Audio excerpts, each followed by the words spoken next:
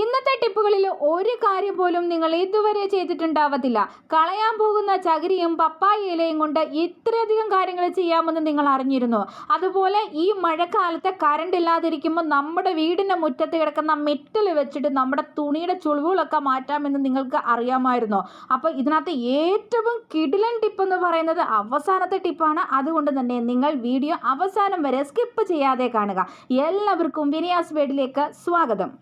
ഇന്നത്തെ നമ്മുടെ ആദ്യത്തെ ടിപ്പിന് വേണ്ടിയിട്ട് മുറ്റത്ത് കിടക്കുന്ന മെറ്റലുകല്ലാണ് ഞാനിപ്പോൾ ഈ എടുക്കുന്നത് കേട്ടോ. അപ്പോൾ എല്ലാവരുടെയും വീടുകളിൽ ഇങ്ങനെ മെറ്റലുകല്ലൊക്കെ ഉണ്ടാവില്ല, എന്തായാലും മുറ്റത്തൊക്കെ നമ്മളിങ്ങനെ വിരിച്ചിട്ടുണ്ടാവും. അപ്പോൾ ഇതേണ്ട ഞാനൊരു 2-3 പിടി കല്ല് എടുത്തിട്ടുണ്ട്. ഈ കല്ല് വെച്ചിട്ട് നമ്മൾ സൂപ്പറായിട്ടുള്ള ഒരു ടിപ്പാണ് കേട്ടോ ചെയ്യാൻ പോകുന്നത്. അതിന് വേണ്ടി നമുക്ക് ആവശ്യമായിട്ടുള്ളത് ഒരു കുക്കറാണ്. അപ്പോൾ കുക്കർ എടുക്കുമ്പം പഴയ കുക്കറൊക്കെ ഉണ്ടെങ്കിൽ അതെടുത്താൽ മതി. ഈ കുക്കറിലോട്ട് ഞാൻ ഈ കല്ലെല്ലാം കൂടി ഇതുപോലെ ഒന്ന് ഇട്ട് കൊടുക്കുന്നുണ്ട് കേട്ടോ. എന്നിട്ട് കുക്കർ അടച്ച് നമ്മളിത് ഗ്യാസ് സ്റ്റോപ്പിൽ വെച്ചിട്ട് നല്ലതുപോലെ നമ്മളൊന്ന് ചൂടാക്കിയിട്ട് എടുക്കുകയാണ്. അപ്പം വെയിറ്റ് ഇടേണ്ട ആവശ്യമേ ഇല്ല കേട്ടോ. വെയിറ്റ് ഇല്ലാതെ ഒരു 5 മിനിറ്റോളം നമ്മളിതൊന്ന് ചൂടാക്കാൻ പോവുകയാണ്. ഇപ്പം നിങ്ങൾ വിചാരിക്കുന്നുണ്ടാകും ഇത് എന്തിനാണെന്നല്ലേ?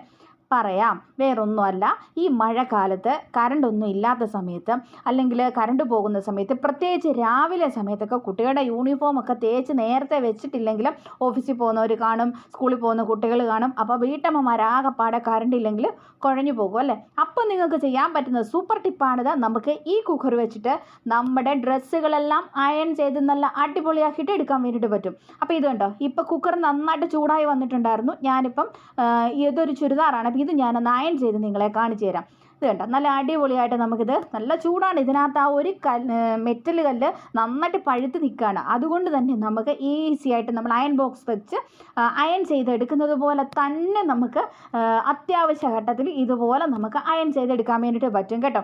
അപ്പം നിങ്ങൾ ഇതുപോലെ ഒന്ന് ചെയ്ത് നോക്കുക. ഇപ്പോൾ എല്ലാവരുടെയും വീട്ടിലെ കറണ്ട് പോകുമ്പം നമ്മൾ ഉപയോഗിക്കുന്ന ചിരട്ടയിട്ട് കത്തിക്കുന്ന ആ ഒരു ഇസ്തിരിപ്പെട്ടി ഉണ്ടല്ലോ, അതൊക്കെ ഇപ്പോൾ ഇന്നത്തെ കാലത്ത് എല്ലാവരുടെയും വീട്ടിലുണ്ടാവണമെന്ന് ഇല്ല. അപ്പോൾ ഇതുപോലൊരു കുക്കറും മെറ്റലും ഉണ്ടെങ്കിൽ നമുക്ക് ഈസി ആയിട്ട് നമ്മുടെ തുണികൾ അയൺ ചെയ്തെടുക്കാൻ വേണ്ടിയിട്ട് സാധിക്കും. അപ്പം നിങ്ങളൊന്ന് ചെയ്ത് നോക്കണേ.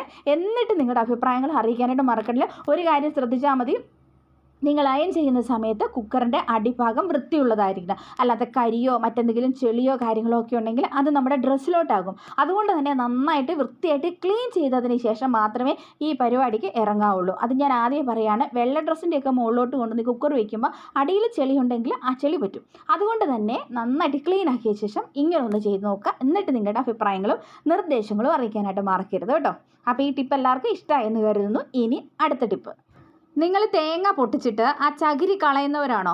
എങ്കിലും ഒരു നിമിഷം, ഈ ചകിരി കൊണ്ട് ചെയ്യാൻ പോകുന്ന കാര്യങ്ങൾ അറിഞ്ഞാൽ ഇനി നിങ്ങൾ ഒറ്റ ചകിരി പോലും കളയത്തില്ല.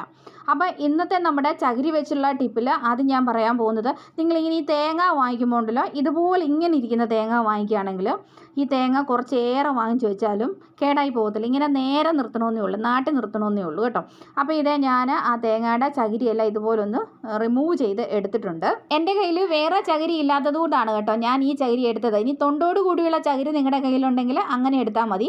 എന്നിട്ട് അതേണ്ട ഈ ചകിരിയുടെ ഈ ഒരു ഭാഗം ഇങ്ങനെ എടുത്തിട്ട് ഒന്ന് കട്ട് ചെയ്തൊന്ന് മാറ്റുന്നുണ്ട് കേട്ടോ. ഇങ്ങനെ നമ്മൾ കട്ട് ചെയ്തിട്ട് വേണ്ട ഇതുപോലെ എടുക്കുകയാണെങ്കിൽ നമ്മൾ ദോശക്കല്ലിലൊക്കെ എണ്ണ തൂക്കാൻ വേണ്ടിയിട്ട് ഒരു ബ്രഷ് പോലെ നമുക്ക് ഉപയോഗിക്കാൻ വേണ്ടിയിട്ട് പറ്റും. ഇത് കുറേ നാൾ നമുക്ക് ഇങ്ങനെ ഉപയോഗിക്കാം കേട്ടോ. ഇത് വെച്ചിട്ട് ഇങ്ങനെ എണ്ണ തൂക്കാം. പഴയ കാലത്തൊക്കെ ഇങ്ങനെയൊക്കെയായിരുന്നു ചെയ്തുകൊണ്ടിരുന്നത്. ഇനി അത് തന്നെയല്ല, ഇങ്ങനെ ചെറിയൊരു ഭാഗം എടുക്കുക, ഇതുപോലെ ചെറിയ ചകിരി ഇതുപോലെ എടുത്തിട്ട് ഒരു ബ്രഷിൻ്റെ ഒരു ഷേപ്പിലൊക്കെ നിങ്ങളൊന്ന് സിസർ വെച്ചിട്ടൊന്ന് കട്ട് ചെയ്തെടുക്കുക, ഇങ്ങനെ ചെറുതാക്കി. എന്നിട്ട് അതിൻ്റെ അറ്റത്ത് ഇങ്ങനെ ഒരു റബ്ബർ ബാൻഡ് കൂടെ ഒന്ന് ഇട്ട് കൊടുക്കുക. ഇപ്പം ചെറിയൊരു ബ്രഷ് പോലെ ആയില്ലേ, ചെറിയ ബ്രഷ് പോലെ ആയി. നിങ്ങൾക്ക് ഇത് പല ആവശ്യങ്ങൾക്കും ഉപയോഗിക്കാം. ആണെങ്കിൽ നിങ്ങൾ ഈ ജനലിൻ്റെ സൈഡിലൊക്കെ ഇരിക്കുന്ന അടിഞ്ഞു കൂടിയിരിക്കുന്ന പൊടികൾ അതൊക്കെ ഇങ്ങനെ പതുക്കെ നമുക്ക് കിള്ളി എടുക്കാൻ വേണ്ടിയിട്ട് ഉപയോഗിക്കാൻ വേണ്ടി പറ്റും. തന്നെയല്ല, ഇത് ബ്രഷ് പോലെ നമ്മൾ ചിത്രമൊക്കെ വരയ്ക്കാൻ ഉപയോഗിക്കുന്ന ബ്രഷ് പോലൊക്കെ നന്നായിട്ട് ക്ലീനാക്കി എടുക്കുകയാണെങ്കിൽ ഉപയോഗിക്കാൻ വേണ്ടിയിട്ട് പറ്റും കേട്ടോ. അപ്പോൾ ഈ രീതിക്കൊക്കെ നിങ്ങളൊന്ന് ചെയ്ത് നോക്കുക. ഇനി അടുത്തതായിട്ട് നമുക്ക് ഈ ചകിരി ഇതുപോലെ എടുത്തിട്ട് ചെറുതായിട്ട് കീറി ഒന്ന് എടുക്കാം. എന്നിട്ട് അതിൻ്റെ ആ ചകിരി ചോറൊക്കെ നമുക്ക് കുറേയെല്ലാം ഇങ്ങനെ ഒന്ന് മാറ്റിക്കളയാം കേട്ടോ. അപ്പോൾ കയ്യിലിട്ടിട്ട് ഇങ്ങനെ ഒന്ന് തിരുമ്മി എടുക്കുകയാണെങ്കിൽ ആ ചകിരിച്ചോറെല്ലാം കുറേയെല്ലാം റിമൂവ് ആയിട്ട് പോകുന്നതായിരിക്കും. എന്നിട്ട് ഇതുപോലുള്ള ഈ വല പോലത്തെ ഇങ്ങനത്തെ ആപ്പിളൊക്കെ വാങ്ങിക്കുമ്പോൾ കിട്ടുന്ന ഈ ഒരു പ്ലാസ്റ്റിക്കിൻ്റെ ഇതുണ്ടല്ലോ, അപ്പോൾ ഇതിലേക്ക് ഞാൻ ഇങ്ങനെ ഇട്ട് കൊടുത്തിട്ട് 2 സൈഡ് ഇതുപോലൊന്ന് കെട്ടിയിട്ട് ഇങ്ങനെ ഒന്ന് എടുക്കുന്നുണ്ട്. ഇപ്പോൾ ഇത് കണ്ടാൽ നിങ്ങൾക്ക് മനസ്സിലാവും, ഒരു സ്ക്രബ്ബർ പോലെ ആയിട്ടുണ്ട് ഇത്. പണ്ട് കാലത്തൊക്കെ ഇങ്ങനെയൊക്കെ ആയിരുന്നു, ചകിരിയൊക്കെ വെച്ചിട്ടായിരുന്നു പഴയ കാലത്തെ ആൾക്കാരൊക്കെ കുളിച്ചുകൊണ്ടിരുന്നത്. അപ്പോൾ ഇതിങ്ങനെ നമുക്ക് ശരീരം വൃത്തിയാക്കാനുള്ളൊരു സ്ക്രബ്ബർ പോലെ ഉപയോഗിക്കാൻ പറ്റും. പറ്റും കേട്ടോ.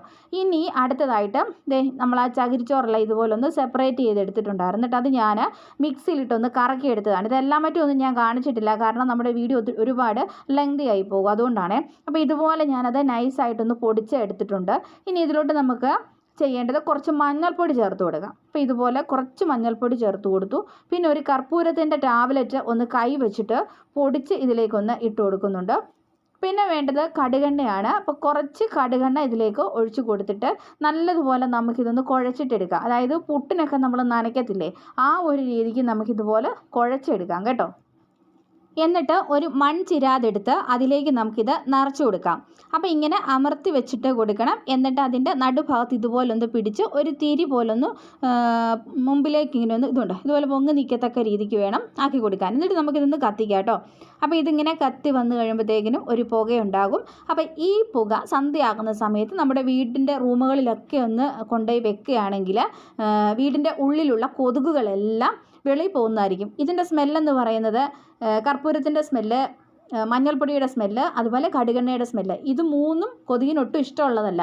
അപ്പം വലിയ വില കൊടുത്ത് റിപ്പല്ലൻറ്റുകളൊക്കെ വാങ്ങിച്ച് കെമിക്കലുകളൊക്കെ വാങ്ങിച്ച് നമ്മുടെ പൈസയും ആരോഗ്യവും നഷ്ടമാക്കുന്നതിനേക്കാളും ഇതുപോലെ ഒന്ന് ഉണ്ടാക്കി വെക്കുകയാണെങ്കിൽ ഒരു മഴക്കാലത്ത് മുഴുവനും നമുക്ക് ഉപയോഗിക്കാൻ വേണ്ടി പറ്റും. ഒരു കുറച്ച് ചരിച്ചോറ് മാത്രം മതി. അപ്പോൾ ഇതുപോലൊക്കെ നിങ്ങളൊന്ന് ട്രൈ ചെയ്ത് നോക്കുക. എന്നിട്ട് നിങ്ങളുടെ അഭിപ്രായങ്ങളും നിർദ്ദേശങ്ങളും ഒക്കെ അറിയിക്കാനായിട്ട് മറക്കരുത് കേട്ടോ. ഇനി അടുത്തൊരു ടിപ്പെന്ന് പറയുന്നത്, പപ്പായയുടെ കായും പഴവും ഒക്കെ നമുക്ക് എല്ലാവർക്കും അറിയാം. പക്ഷെങ്കിൽ പപ്പായയുടെ ആ ഒരു ഇല വെച്ചിട്ട് നമുക്ക് എന്തെല്ലാം കാര്യങ്ങൾ ചെയ്യാൻ പറ്റുമെന്ന് അറിയാമോ? പപ്പായ ലീഫ് സീക്രട്ട്. നമുക്കൊന്നും ചിന്തിക്കാൻ പോലും കഴിയാത്ത തരത്തിലുള്ള ഒരുപാട് കാര്യങ്ങൾ നമുക്ക് ചെയ്യാൻ വേണ്ടിയിട്ട് പറ്റും കേട്ടോ. അപ്പോൾ അതിൽ ഒരെണ്ണം ഞാൻ ആദ്യം പറയാം. അതിന് വേണ്ടിയിട്ട് നമുക്ക് വേണ്ടത് പപ്പായയുടെ ഇതുപോലത്തെ ഇലകളാണ്. അപ്പോൾ കുറച്ച് തളിരായിട്ടുള്ള ഇല ഉണ്ടെങ്കിൽ എടുത്തോ. എന്നിട്ട് നമുക്കതൊന്ന് കഴുകി വൃത്തിയാക്കിയതിന് ശേഷം മിക്സിയുടെ ചെറിയ ജാറിലോട്ട് നമുക്ക് ഇട്ട് കൊടുക്കാം. ഇതുപോലെ ചെറുതായിട്ടൊന്ന് കട്ട് ചെയ്ത് ഇട്ട് കൊടുക്കുകയാണെങ്കിൽ നമുക്ക് പെട്ടെന്ന് തന്നെ ഇതൊന്ന് അരച്ചെടുക്കാൻ വേണ്ടിയിട്ട് പറ്റും. കുറച്ച് വെള്ളം കൂടെ ഒഴിച്ചു കൊടുക്കാം. അപ്പോൾ ഇതുപോലാണ് ഞാനിത് അരച്ചെടുത്തേക്കുന്നത്. നമുക്കിതിൻ്റെ ആ ഒരു നീര് മാത്രമാണ് കേട്ടോ വേണ്ടത്. അരിച്ച് എടുത്തപ്പം ഇത്രയും നീര് നമുക്ക് കിട്ടിയിട്ടുണ്ട് കേട്ടോ. അപ്പോൾ ഇത് ഞാനൊന്ന് ഇങ്ങോട്ട് മാറ്റി വെച്ചിട്ട് കുറച്ച് ചെറിയൊരു പാത്രത്തിലോട്ടൊന്ന് ഇട്ട് കൊടുക്കുന്നുണ്ട്. എന്നിട്ട് നമുക്ക് ഈ ബാക്കിയുള്ളതെടുത്ത് ഫ്രിഡ്ജിലൊക്കെ ആണെങ്കിൽ നമുക്ക് പിന്നീട് ഉപയോഗിക്കാമേ.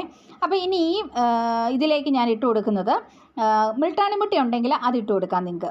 അതല്ലെങ്കിൽ ചെറുപയർ പൊടി ഉണ്ടെങ്കിൽ അതിട്ട് കൊടുക്കാം. എന്നിട്ട് നല്ലതുപോലെ ഒന്ന് മിക്സ് ചെയ്തിട്ട് എടുക്കാം.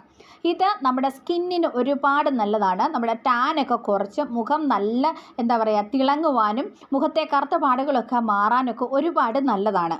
ശ്രദ്ധിക്കുക, എല്ലാവരുടെയും സ്കിന്ന് ഒരുപോലല്ല. അപ്പോൾ നിങ്ങളൊന്ന് ടെസ്റ്റ് ഡോസ് ഒന്ന് ചെയ്തതിന് ശേഷം മാത്രമേ നിങ്ങളിത് മുഴുവനായിട്ട് അപ്ലൈ ചെയ്യാവുള്ളേ. ട്രൈ ചെയ്ത് നോക്കുക.